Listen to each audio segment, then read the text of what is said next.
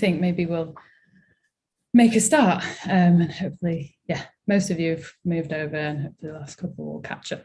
So apologies for that. We're trying a new way of doing these talks, and it's been a while, so apologies for the delay, but we can get started, and we've got Teresa here with us today. So so welcome to the Factory's October Inspire Talk. My name is Fee, and I'm Skills Development Manager at the Factory. And at the Factory, we offer commercial services such as laser and CNC cutting, product design and prototyping, plus a variety of training and skills development opportunities, enterprise support, and also a membership program for those looking to access the equipment themselves and become part of our vibrant community of creatives and makers.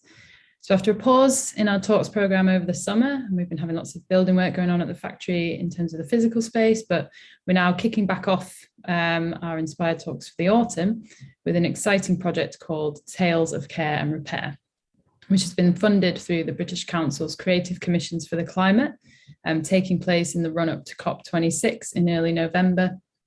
And so today we're joined by Teresa Dillon, an artist and researcher at the University of the West of England, who will be talking about the project and reflecting on building repair-centred neighbourhoods.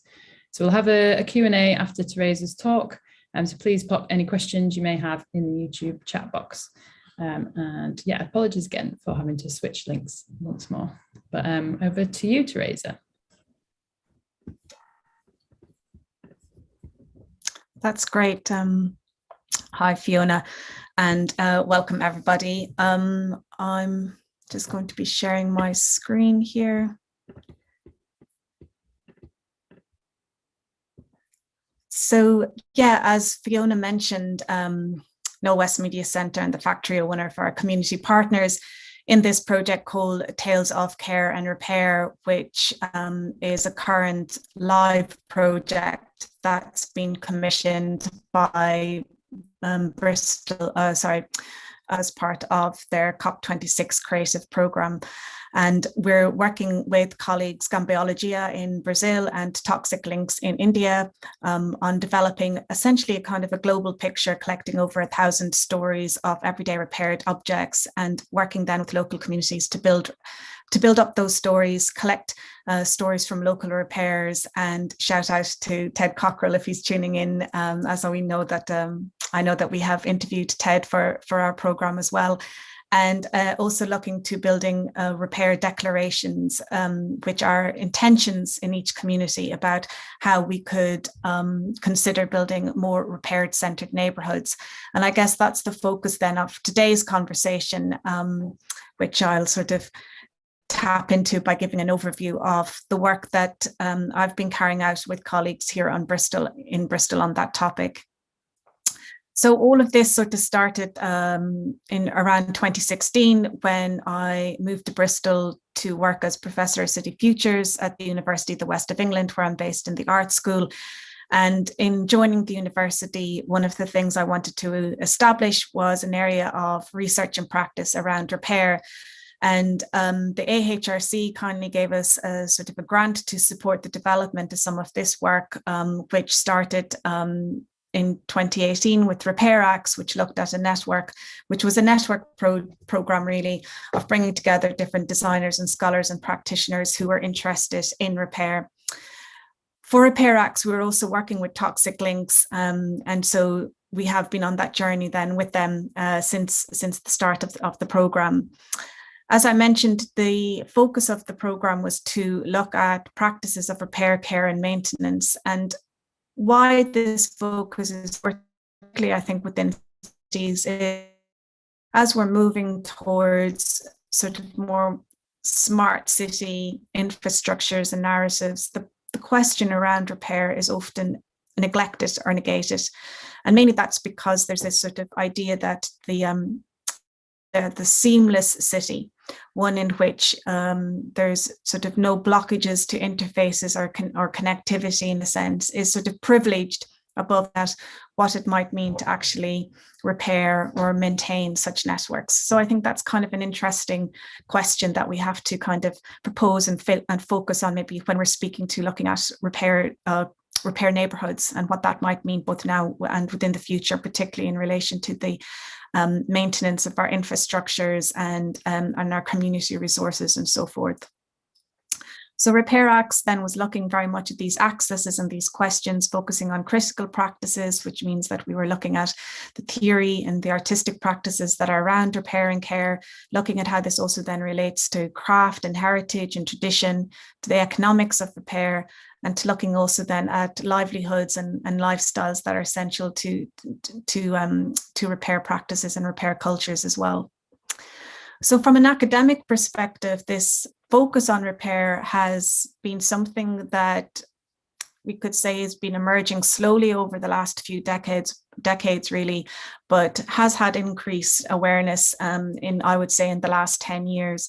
I'm quoting here from Steve Jackson, who has spoken about this notion of broken world logics, really, and how when we focus on when something is broken or fails, this often reveals to us how important that thing is in our lives, because most of the time we're expecting everything to be working and smooth, and we need it to be working and we need it to be smooth for most things in everyday life. But when the repair and point hits and when something is broken, that's when we sort of start to see actually the efforts or the labor or the infrastructure or the backstory, which is often invisible to us or perhaps out of our kind of everyday consciousness.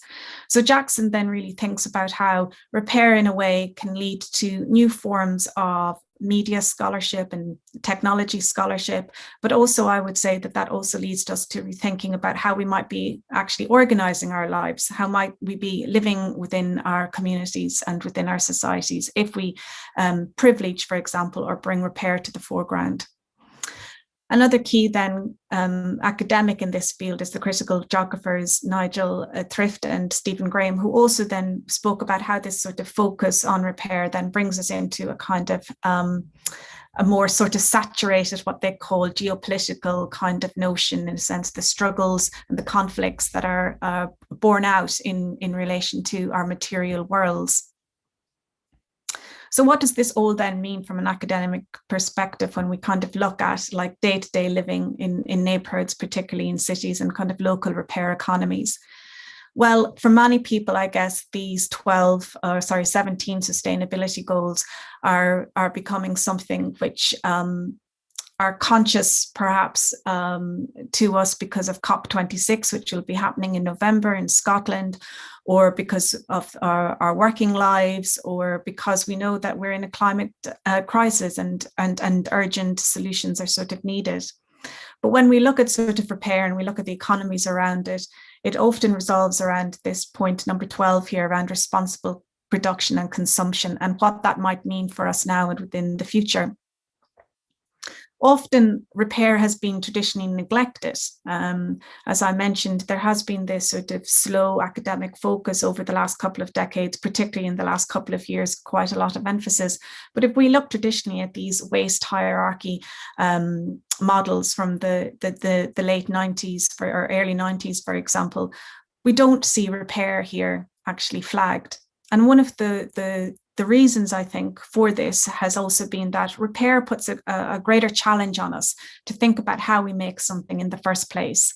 And so if we think about, if we are to repair more goods and think through that right to repair that we all have in terms of the opportunities to repair the things that we buy, then repair challenges not only how we're going to make it in the first place, but the opportunity for spare parts to be available in the system, the quality of how that thing is made in the first place, where you might actually get it repaired. So repair then, when we bring it back into the sort of the circular economy and the cradle to grave sort of thinking that's predominant now in moving towards, as I mentioned, these circular economies, repair then brings us into a more deeper relationship and more relationship with that in the first place. And it's for this reason that you have then companies such as Patagonia, for example, a couple of years ago, making statements that repair is a radical act, because it makes us, I mentioned, to think about how we make things place. Other organizations that have also been promoting this sort of repair are iFixit.org, which was set up in the US, mainly because the founder actually couldn't find easy access to repairing his laptop. And he sort of started to look at like why that was really, in a way. And again, trying to kind of address this planned obsoletism that's quite common now in our sort of highly consumer throwaway cultures and societies. And iFixit.org also then developed the Repair Manifesto. Again, here you see these are statements of intention about how repair is good for us, good for not only for our own well-being, but also for the climate. It reduces carbon emissions, should I say, and also gives us a sense of agency in our, what I think is really important in terms of actually how we live in relation to the material goods and services that we have. Another key organization here that's sort of building capacity here for actually repair and our right to repair, and I guess it ties in again to this notion of building sort of repair neighborhoods, is the Repair Association. Again, an organization that's based in the US, but has been fighting for legislation within each of the different counties within the US in terms of actually looking towards how we can actually think through the repair industry from that perspective as well. And of course, I shouldn't fail to mention Restart in London, who have been working for many years in this field, promoting not only the notion of repair and the right to repair and the repair movement within the UK, but focusing specifically on electronics, as electronics and e-waste is one of the growing waste sectors, in a sense, with each person almost producing about 15 kilos per year. So this is a real issue. If you think about microplastics, you know, we can imagine a future where microcomputers and small parts of computers, particularly when we think about the Internet of Things and when we think about the amount of devices that are now going to be scattered across cities with the idea of the smart city, then we have all this debris, you know, all this waste, all these parts, in a sense, that are increasingly part of our environment. So that's kind of all of the kind of the backstory, really, in a sense, of why repair is such a big and important area, I feel, at this moment in time. Not only is the growing capacities from the kind of academic side, thinking about theories of repair culture and maintenance and what it means then to focus on repair, to look at it as sort of essentially as that engine room of our society, as Thrift has said, to think about, you know, what does it mean to think through the logics of the broken world, as Steve Jackson was sort of saying, and then how these big kind of public organizations and charities and NGOs have been working then to sort of change legislation and to change policy, both in the US and in the UK. And I will further discuss some of the work that's been done within Europe in terms of the right to repair movement there and the more recent legislation around repair as well. Supporting this as well, you have countries like Sweden who've been bringing in tax breaks on repair as well, in terms of like when you repair something, it's often considered very costly. So there's possibilities of reducing the VAT from that. And as I mentioned, then the right to repair, which has been a pressing issue within the European Union, with the movement then finally passing legislation at the beginning of this year in terms of the right to repair on certain white goods and having spare parts available for kind of the next decade or so. And this has all been to reduce the amount also of e-waste, as I mentioned, which is one of the fastest growing waste sectors. And supporting that, I guess, movement as well, France have also come up with this really interesting repair index, where it's a bit like food labeling, for example, and it's available for smartphones, laptops, televisions, washing machines, and lawyers.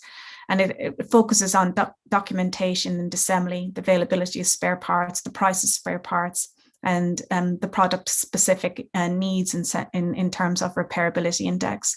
So I would see repair, like France is kind of leading in a way around ways that we can as a society shift to this more sort of repair mindset or mind frame in a way.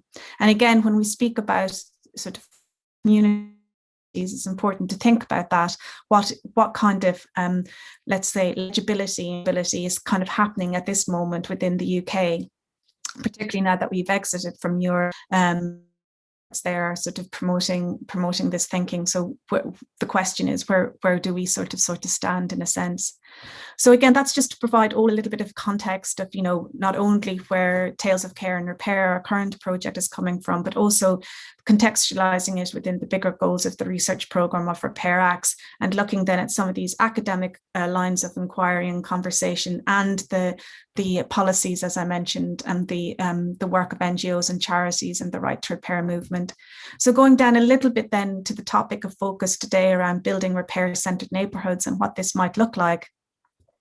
So, of course, many of you might be very familiar with the Repair Cafe movement, which started off in Holland some years back and was essentially, again, born out of a need, a bit like ifixit.org, of like one person's sort of frustration of not being able to repair things.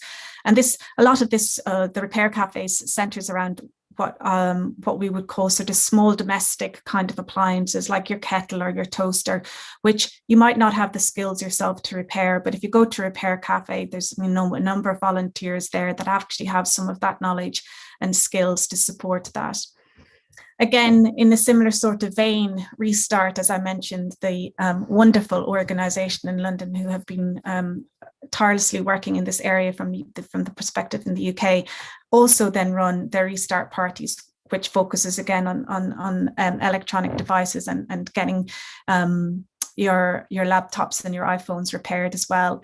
And also in building capacities around thinking about community repair, which is actually where we would sort of speak about these sort of activities, in a sense, both the Restart parties and the Repair Cafes. Restart have also been foundational in bringing together some of these communities through FixFest, which happened for a few years there in both Manchester and London. So all of this type of work then has been sort of building capacity in a way, and it's, I guess, very much what I would consider as the brothers and sisters which have informed and the thinking behind both Repair Acts and Tales of Care and Repair. A couple of years back then, I got a little bit of support internally from the University of the West of England to think through a little bit more how we could actually look at repair practices specifically in Bristol. And one of the things to think through this sort of notion of building the capacities and resilience for repair-minded neighbourhoods was focusing on around this notion of the sort of the square mile, the patch, in a sense, the kilometres around your local house or your local school, in a sense. So I live in Bedminster, so I worked with my research assistant, Carmela Petrangelo, on this project. And what we were doing was we were triangulating evidence, basically, around the changes in repair practices across the country, or across the neighbourhood. So this map here that you see is old fire insurance maps, which helped us to gather data around formerly registered businesses that were in the neighbourhood, repair businesses. And this map then that we created here we took a sort of a 20-year timeline, looking at 1938, 58, 78, 98 and 2018. And what you sort of see here, for those of you that are familiar to Bedminster, is around Windmill Hill then in 1938.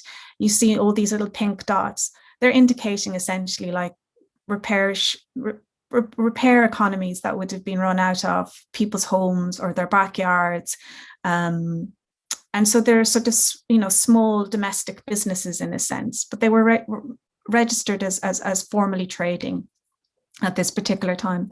And then after World War II, we still sort of see a typical scattering here around Totterdown, the main area of Totterdown, and also East Street here with the blue dots. What's interesting, of course, is after this period of time and the kind of the cleanup post World War II, you sort of see how Totterdown has no dots around repair in 2018, but they are all centred here in this patch just beside Windmill Hill, the yellow dots, which is the industrial estate, the small industrial estate that sits between Windmill Hill and East Street. So what was really nice about this exercise then is we got to sort of see the distribution and the shifting patterns between local repair economies in Bedminster across these different sort of timelines.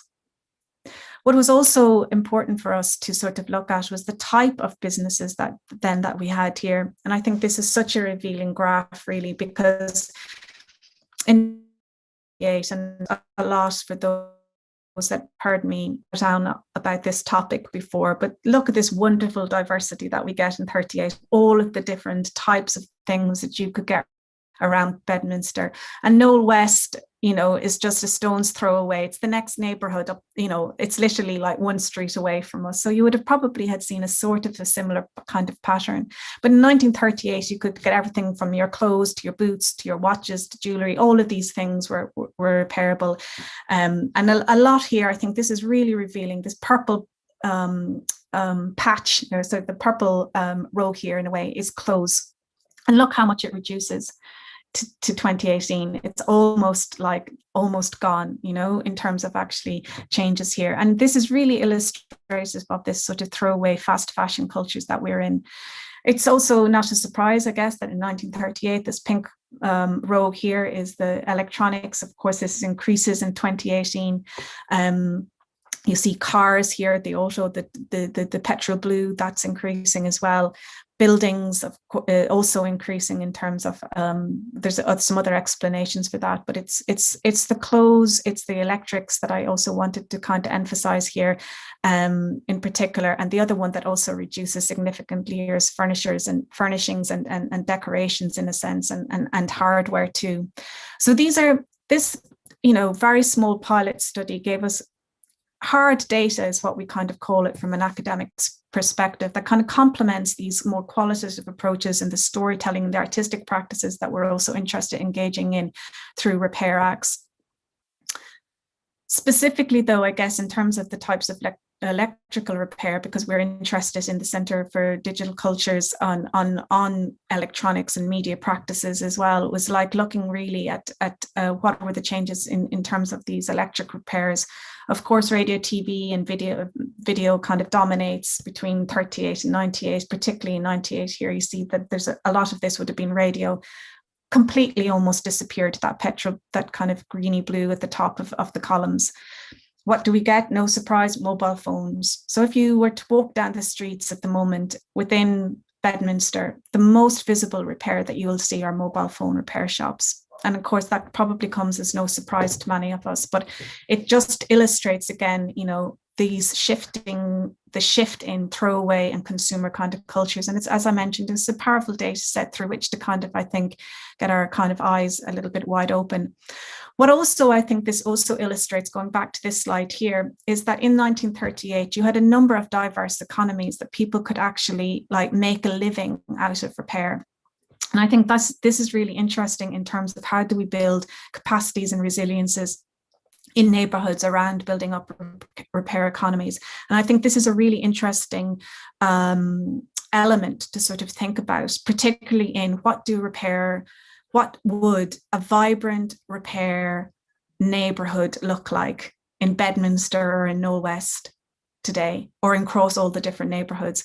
Does it mean having something like the factory, like a fab lab in each area? Does it mean having accessibility and visibility to a range of different repairers? Does it mean having a network of trusted repairers, which is a little bit what the restart parties do? They, you know, they kind of gather then their community of repairers and they rate them in relation to their trust, their knowledge and their skills. Does it mean having like an accessibility to spare parts, like that we have a kind of a common warehouse and where there's spare parts to go that we can actually kind of trade? What does that mean in terms of actually building up small local economies as well?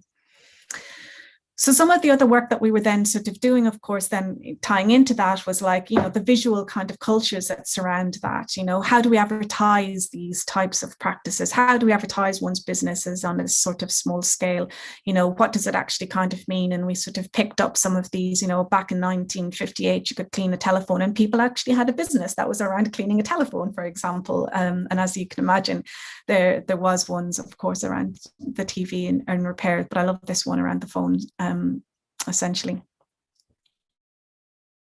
There was also trade style, had these beautiful kind of like guild-esque kind of standards as well around their repair practices, you know, which you get as you kind of go down towards they've become a bit no labels in a way. But again, how in stimulating and thinking through repair neighborhoods, how would this kind of create a vibrancy where we could actually make these, you know, beautiful kind of patches or stamps that would actually like make people feel proud, or a sense of community in relation, or trade professionalism in relation to their repair practices. And I just kind of wanted to pull up, as I'm kind of coming to a close, in terms of thinking about building like capacities for local repair economies. It's a quote here from the well-known sort of media theorist Cory Doctorow. Depending on how you count, the repair sector is worth 1 to 4% of the total US gross national product. And most repair businesses are neighborhood-based small firms whose profits stay in your community. By contrast, Apple and other big tech firms are notorious tax avoiders who funnel their profits offshore and then direct them to their distant shareholders in the form of a massive stock paybacks and other forms of financial engineering. It's a strong statement, you know, particularly in relation to you know, the finger pointing here and finger wagging in terms of the tax evasion of big tech firms. But it is the case. And I think, while I haven't been able to exactly pinpoint Doctorow's kind of percentage here, I think what it's important is that it's flagging the value of repair practices, repair cultures, repair economies at a neighborhood level. It keeps things in your community. And in keeping something in your community, you are actually creating a vibrant community. You're creating a sustainable community. You're creating a resilient community. You're creating an eco-friendly community. All of the things that we need to do at this particular moment in time, particularly as we're facing these kind of climate changes, particularly as we're going to have to think differently about how we consume and produce, and that the responsibility behind that, essentially we need to be actually just consuming less. And if you're going to consume less, then you have to be able to repair. And that is just the kind of the bottom line as to where we're at. So I think that that's sort of what we're trying to sort of stimulate as a conversation here in Bristol, and through the kind of Tales of Care and Repair project, and also Repair Act. And of course, this leads to, you know, a broad kind of radical implication, which is kind of wrapping up in the sense where this radicality kind of comes from, in a sense, way before any of the environmental policymakers, way before academics, way before someone like myself was thinking, and others like me, about repair. We had artists who were also pointing in this direction, with Leda Manukali's, you know, manifesto for art, and looking at the, you know, the radical implication, as she said, of care, of maintenance, and of repair as well. Specifically, she was talking about maintenance, but I would like to see repair as part of that kind of maintenance culture, in a sense. She celebrated in cities the people who take care of our neighborhoods, shaking hands with all of the workers of the New York Sanitation Department in the 1970s, for example, cleaning the steps of the museums, pointing, in a sense, in that direction to the importance of repair and maintenance. Of course, we have also the wonderful Linda Brothwell, who's here at Spike Island, and an artist in Bristol who has been working with local communities in various different countries, learning the craft, skilled craft here, as exemplified by the wooden inlays, where she actually repaired benches in Lisbon, working with local craft practitioners, both learning these traditional techniques, but then also making the repair visible here, as you can see by the colour changes within the bench, or working, as she did within Leeds and in Hull, with craft practitioners, creating instruments, fixing the signage here, and making that reveal. So I wanted to sort of highlight these artistic practices as well, because I think that they also stimulate, you know, directions through where we can actually go. What does it mean to have these lively, restorative imaginaries or repair-centered practices within our communities as well? And looking then at the kind of the bodies and the traces and the conditions as well in which repair economies happen. And this is very important when we think about Tales of Care and Repair, because the project is not just situated within Bristol, it's also situated within Brazil, it's also situated within India, where there's a huge informal sector. And the conditions then in which people who are repairers work in those countries also have to be considered. And that's something that our colleagues are speaking about, particularly toxic links in their work as an environmental NGO, looking at toxics within waste cycle. So what are we doing then in this kind of project? We started Tales of Care and Repair in February. It's going to wrap up in November. We've been, which is also based on previous work that we have been doing. We're drawing on all of the different colleagues and the thinking that has sort of foregrounded this work, thinking of Kathleen De Silva, Dr. Kathleen De Silva, who's my colleague on Repair Acts at Exeter University, and other colleagues Nicholas Nova and Francesco Martinez, who have also been looking at community repair practices and local repair practices and mapping, in a sense, various different economies within this. We're then trying to bring all of this together, specifically by collecting over 1,000 stories. That's the ambition for COP26, which will be happening in November. So we've got a sprint in these next couple of weeks to gather those stories. The ambition is to collect over 300 from each of the locations. So that's from India, from New Delhi, from Brazil, from Belo Horizonte, from Bristol, representing the UK, gathering them all in our website. And you can help us contribute to that picture by uploading your story. So you can go to our website, which is tales.repairacts.net. Upload your image. You can take it on your phone. It's of a repaired object. And then once you've uploaded your image, you'll have to provide to sign in first. You have to provide your email address, but don't worry, we are not tagging anybody's image, and it will, your location or your identity will not be revealed, but it'll help us to build this picture. And once you have uploaded your image, you can then tag it with some details like the cost perhaps of the repair, if it was a professional one, how long it took you if you were doing it yourself, your motivations also for repairing it. And that will then go on to our landing page, our homepage, where you see all of those stories that are being gathered. And over the next 6 to 8 weeks, then we have a number of events. Actually, there's more being added from our colleagues in India and Brazil in these days, but this just gives you a flavour here of what's going to be happening. So join us tomorrow for our conversation with the Bristol Green Capital Partnership, who are one of our community partners, like Knowle West Media Centre. We'll be having an online event from 7:30, where we'll be thinking about statements through which we can gather to think about these declarations, local repair declarations that we're also building as part of the project. 16th of October is International Repair Day. We'll have an online seminar again, which we'll be hosting from the UK side. We have a number then of workshops both in Brazil and here in Bristol that are happening with a number of communities, including the one at Knowle West Media Centre, which will be on Friday the 15th. That's the day before International Repair Day, and we'll be gathering stories together in that workshop, uploading them onto the site, and then working to generate statements of intention about how we can actually create those local repair economies and local repair practices within our city and within our neighbourhoods. We have the exhibition A Thing of Beauty, which is happening on the 1st of November at 3 different locations around London, which celebrates all of the British Council Creative Commissions, which I think there's a number of about 17. So that's really exciting. We've just seen the final sketches for that.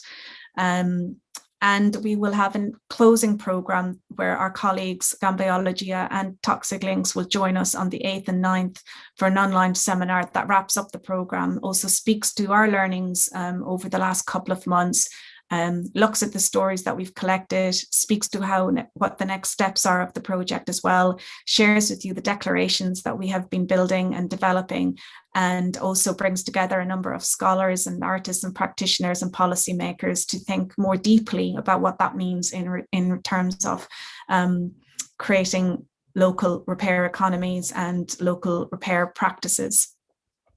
So yeah, that's it for me. I haven't seen Fiona giving me any manic waves on timekeeping. So I hope that that's been all right, and that whip through in a sense, which, you know, brings you a little bit, or hopefully grounded you in some of the thinking that has been happening, as I mentioned, from an academic side, has been happening from that big policy thinking, both in terms of the right to repair from the EU, from ifixit.org and the Repair Association in the US, and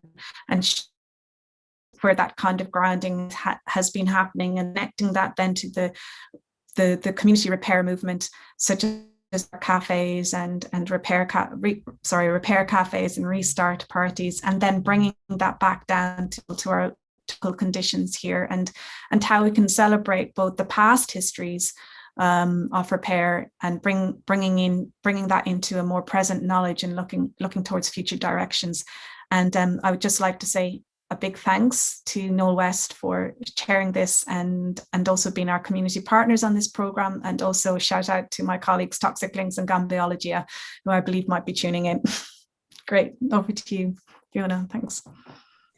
Thank you so much, Teresa. It's really, really interesting to hear all kind of where it's come from and where it's going to go, and really good to think of it from the factory perspective, because obviously we make a lot of products there. We're working with, you know, our members and our community through our training programs. We kind of teach a lot around designing new things, but actually we really want to build in that more sustainable thinking from the beginning, and actually think about, okay, if you're making something, like how will it be repaired? Can it be repaired by the person who is using it? Like, how can you think about that more sort of circular approach to whatever it is? And yeah, because it's interesting to think about repair, like how easy it is to access places to repair in your local community. And you show those sort of graphs, and like, if, you know, if we still had it like it was in 1938, I'm sure everyone would be repairing like everything really, and you'd just look after everything so much more, I think, wouldn't you, if you knew that it was easy enough to repair, and or just it wasn't such a given that you just can go and get something, a new version, for possibly cheaper than it even is to repair something at the moment. So yeah, it's really, really interesting to think about yeah, how do we kind of go back towards that and think more sustainably again, once again. It's nice to see Linda Brothwell in there as well, because she's been working with us on another project with Knowle West Media Centre. So there's a few questions. If anyone else has any questions they want to pop in the chat box, we can do that now. We've got sort of 10 minutes or so that we can pose some questions to you, Teresa. I might just, in case anyone needs to kind of shoot off, like just a reminder that so the next, as Teresa just said, the next workshop with us as part of the Tales of Care and Repair project is Friday the 15th of October. It's 10 till 4:30, and it's in person at the factory. So if you do want to sign up to that and you haven't already, do email me. It's fiona@kwmc.org.uk, or you can have a look at our website and there's instructions there on how to sign up. But yeah, it'd be really great to collect all your different stories of what you might have repaired, or you've taken somewhere to be repaired and just maybe tried to do something and you've struggled, and really good to hear kind of, okay, why, what are the barriers to being able to do that as well, and that might help us, yeah, form a better idea of how we can work towards becoming more of a repair centred community in Knowle West and wider Bristol. So a couple of questions. There's some that are very sort of specific about like, how do you repair something? So I might pose them to you, Teresa, but like no pressure if you don't have the answer, but it might be good that, you know, the rest of our community might potentially hear this as well. So firstly, was any tips on fixing stitching on walking boots with waxed thread by hand? Does it require double thread sewing and industrial strength fingers? Because currently frustrated and struggling. Oh, wow. That's really, no, I don't have any specific tips on that.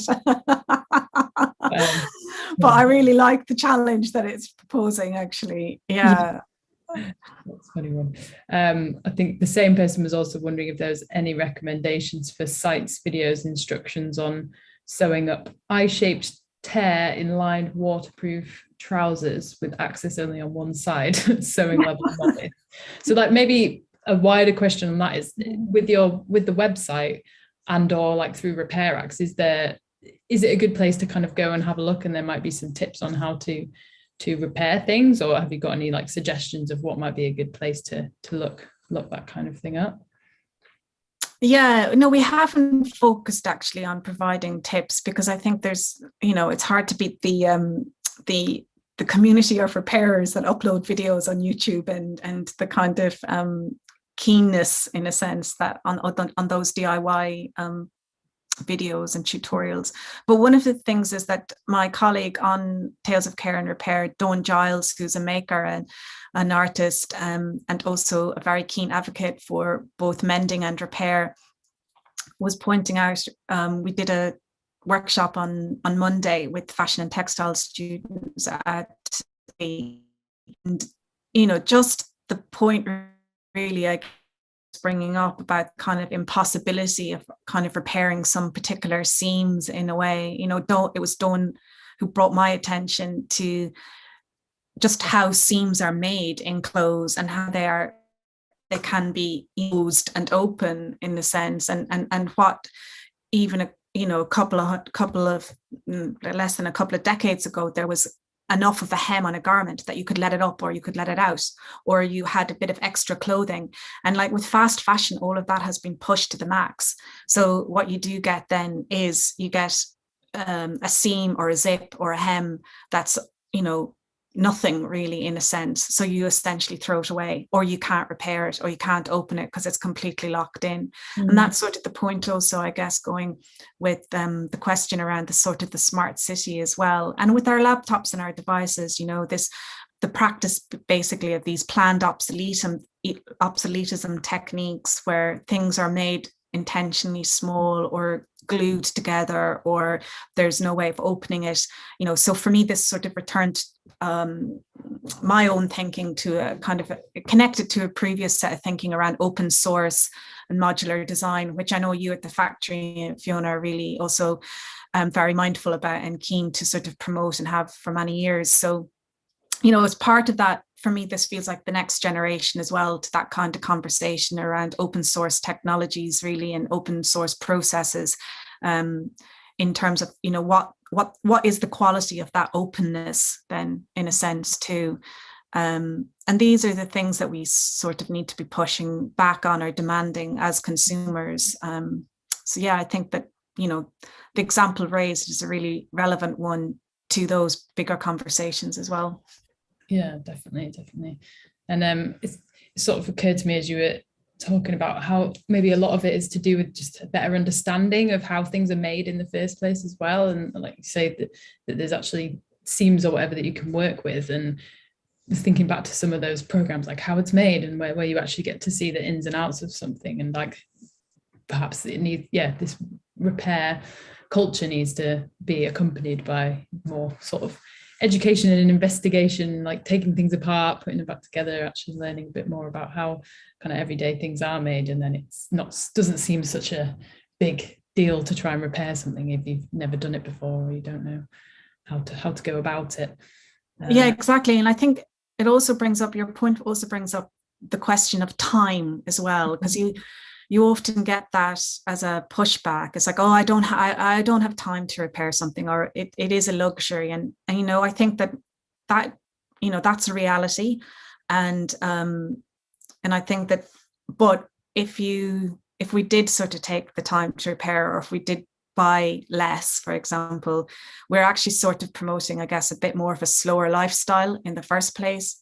I mean, why do you not have time to repair something might be the question to ask, is probably because you're having to work so hard. And why are you having to work so hard? It's like, it bakes into this whole sort of, cycle of living that it's very hard to step out of. And I think that one of the powerful, hopeful narratives of repair on a more philosophical sort of space, and I think it ties very well to what you sort of say, is that if you do take that time, things to learn how something works, or to open something up, and to kind of like work with the materiality of it, you are slowing down time. You are bringing yourself into a different relationship with your material world.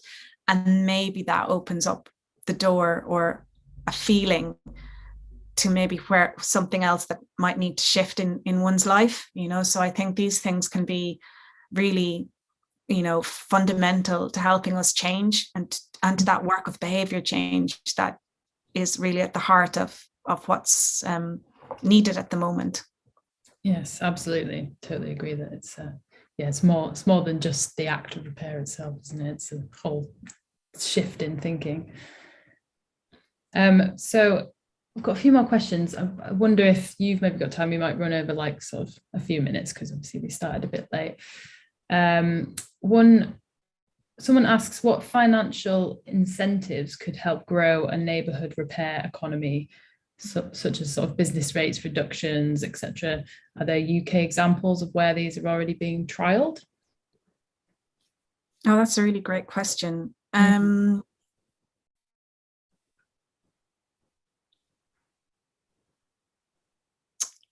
I don't. Well, I mean,